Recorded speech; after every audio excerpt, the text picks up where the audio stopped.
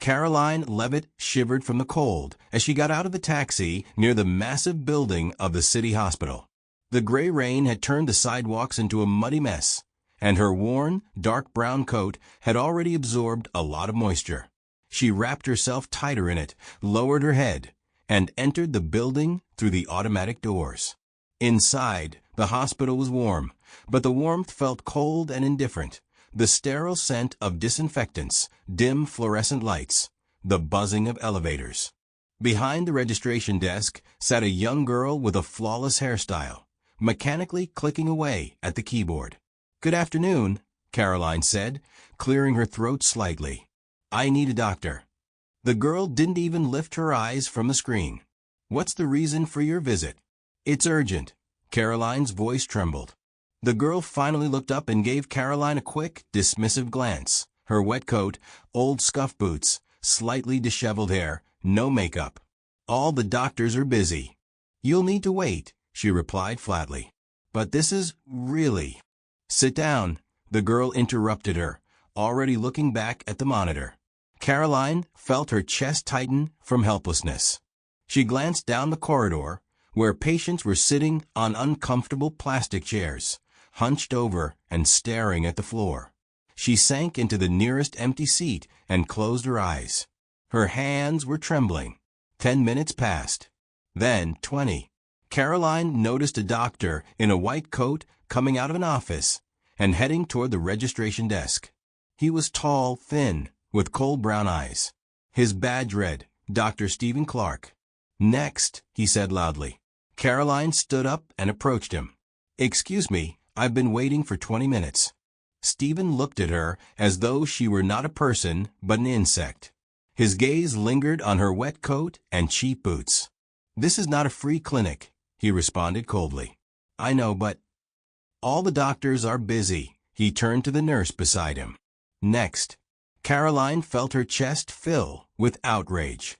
She took a deep breath and said again, "I need help. Right now." Stephen irritably turned back to her. "If you don't have money, go to social services. We can't help everyone who just walked in off the street." "I need help now," Karoline replied calmly, but firmly. "Listen, miss." He glanced at the receptionist badge. "Who is this person?" The girl gave Karoline a contemptuous glance. "I don't know. She just walked in off the street. Tell her we're not a charity." Karoline clenched her fists, but remained calm. "Do you really want me to explain this to your management?" Stephen smirked. "And who are you to talk to management?" Karoline calmly reached into the inner pocket of her coat and pulled out a small card. She handed it to him. "Karoline Leavitt, Press Secretary of the White House." The smile disappeared from Stephen's face. His eyes widened, and his expression grew tense. Karoline held the pause. "I think now you'll find a doctor for me," she said coldly. Stephen remained silent, as if the ground had been knocked out from under him. "Yes, of course. I'll find someone," he finally mumbled and quickly rushed to the office. Karoline sat back down in the chair, feeling the tension in her chest finally ease. She looked down the corridor, where patients continued to wait. She knew this was only the beginning. Karoline silently stared at the ceiling, listening to the muffled sounds from the corridor. After the nurse left, the room fell into silence, only interrupted by the quiet beeping of the machines. Karoline felt how hard it was to breathe, not from physical pain, but from the bitter injustice seeping through the walls of the hospital. She remembered standing behind the president at the White House during a press conference last year. So many faces in front of her, so many microphones, so much pressure. But back then, she felt confident, knowing her words had power. And now she was just a woman in an old sweater, someone who could be ignored. The door creaked open. The same doctor who had refused to operate on her earlier entered the room. His face remained stone cold, though his gaze had become tense. "How are you feeling?" he asked dryly, not even looking at Karoline. She slowly turned her head. "Alive." The doctor quickly glanced at her medical chart, muttered something under his breath, and made a few marks on his tablet. His movements were mechanical, lacking sincerity. Your surgery is scheduled for tomorrow. Tomorrow. Karoline's voice turned cold. You were ready to send me home today with no help. What's changed? The doctor raised his gaze and finally met her eyes. We have a spot available. A spot available, or did you find out who I am? For a moment, fear flickered in his eyes. He lowered his gaze to the tablet. I'm just doing my job. And your job is to decide who gets help based on how they look. The doctor pursed his lips, but remained silent. Karoline watched him closely. You wouldn't have even looked at me if you didn't know what I do for a living. Ms. Leavitt, he took a step back, trying to maintain distance. What would have happened if I were just a regular teacher or a shop assistant? Her voice turned sharp as a blade. He remained silent. Karoline sat up straighter, feeling her body tense with both anger and an inner certainty. Do you think I'll let this go? Think I'll leave here and forget how you treated me? She leaned closer. People deserve help, no matter what they're wearing. The doctor opened his mouth to say something, but before he could, the door opened again. The chief doctor entered, a tall man in an expensive suit, his presence radiating authority. Two other doctors in white coats followed him. Ms. Leavitt, the chief doctor said in a calm yet firm voice, allow me to apologize for this situation. We will conduct an investigation regarding this incident. An investigation? Karoline smiled bitterly. Wouldn't it be easier to teach your staff that every person deserves respect? The chief doctor paled, his fingers nervously gripping the pen in his jacket pocket. I understand. We will take action. Karoline looked at the doctor standing next to her, the same one who had refused to help. His face was pale, and there was fear in his eyes. You shouldn't be working in a hospital if you choose who to help and who not to, she said calmly. The chief doctor glanced at the doctor. You're fired. Immediately. But, the doctor flinched. No buts. Karoline stood up. Now leave me in peace. The chief doctor nodded and gestured for the others to leave. The doctor gave Karoline a look full of anger and fear before exiting the room. When the door closed, Karoline let out a deep sigh. Her heart was racing, but a quiet certainty settled inside her. She pulled out her phone and wrote a message to the president. We need to change the healthcare system. I have ideas. The phone immediately vibrated in her hand. The reply was short. I'm waiting for your proposal. Karoline smiled. She knew this was just the beginning. Karoline placed the phone on the bedside table and ran her hand through her hair, trying to calm herself. Her heart was still pounding from the tension, but a sense of control was building in her chest, a long-forgotten feeling of influence and power. She was no longer a victim of circumstances. She glanced out the window. The sun was slowly setting, casting a soft orange-pink light over the city.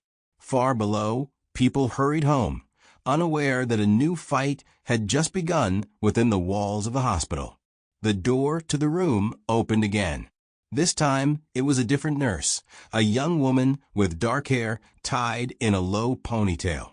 She was holding a folder and a plastic bottle of water. Ms. Leavitt, she asked carefully. Karoline nodded. Yes. The nurse approached, placed the bottle on the bedside table, and quietly said, I wanted to apologize for how you were treated. It was wrong. Karoline looked at the girl attentively. There was sincerity in her eyes. And fear. It's not your fault, Karoline replied gently. But I'm glad you said that. The nurse lowered her gaze. We often see this. If a patient doesn't look, let's say, too dignified, then priorities change. Karoline pressed her lips together. And what do you do in such cases? The girl sighed. I try to help as much as I can. But it's hard. When the management turns a blind eye, it's hard to change anything. I'll change it, Karoline said quietly. The nurse looked up at her, hope sparking in her eyes.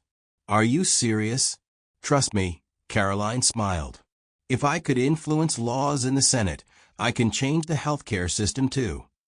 The nurse nodded, a shadow of relief passing across her face. "If you need anything, I'll be around." She left, leaving Karoline alone with her thoughts. Her phone buzzed again. "I want to hear your proposals tomorrow at 10 a.m. We can start with federal funding for hospitals in low-income areas." Karoline smiled and quickly replied, "I'll prepare the proposals. And this time, I won't let them ignore the issue." She looked up at the ceiling. Her heart no longer raced with fear, only with the anticipation of a fight she wasn't going to lose. The next morning, her room was filled with officials. Ms. Leavitt, the chief physician's voice was calm, but there was a hint of nervousness. "We would like to apologize once again for the incident and assure you that—" "Sit down," Karoline interrupted sharply. He sat, awkwardly adjusting his jacket. "I prepared a list of changes." Karoline pulled papers from the drawer and threw them in front of him on the table. "First, patients should not have to wait for surgery because of their social status or appearance. Second, the funding system must ensure equal access to medical services in all areas." Third, Ms. Leavitt, the chief physician, tried to object. "You will listen," she said firmly, "or I'll make sure this hospital becomes a symbol of the healthcare crisis in national news." He paled. "We'll do everything we can." "No, you will do this.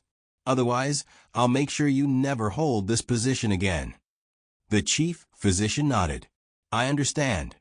Karoline smiled, coldly, confidently. "Good. Let's begin." He left, and Karoline picked up her phone and wrote a message, ready for the meeting. Next stop, Congress. Her fight was just beginning, and this time, she knew she would win. A month later, Karoline was standing on the steps in front of the Capitol. Around her, journalists were bustling.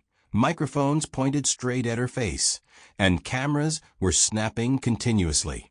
The same nurse from the hospital was standing next to her, now as her official assistant. "Ms. Leavitt, how did you manage to achieve such a quick passing of the law?" one of the reporters shouted. Karoline smiled. "When you witness injustice with your own eyes, staying silent is simply impossible." The journalist shouted even louder, but Karoline simply raised her hand, asking for silence. "This law ensures that every person, regardless of income or social status, will receive the necessary medical care on time. And I promise you, we will not stop here." Applause and cheers filled the square. Later that evening, back at home, Karoline sat on the sofa with a cup of tea. Her phone buzzed on the table. A message from a nurse. "Thank you for everything. People who were once ignored are now receiving help. You've changed their lives." Karoline smiled and placed the phone back on the table. Her fight had finally paid off. And although many challenges lay ahead, she knew, this time she wouldn't be alone.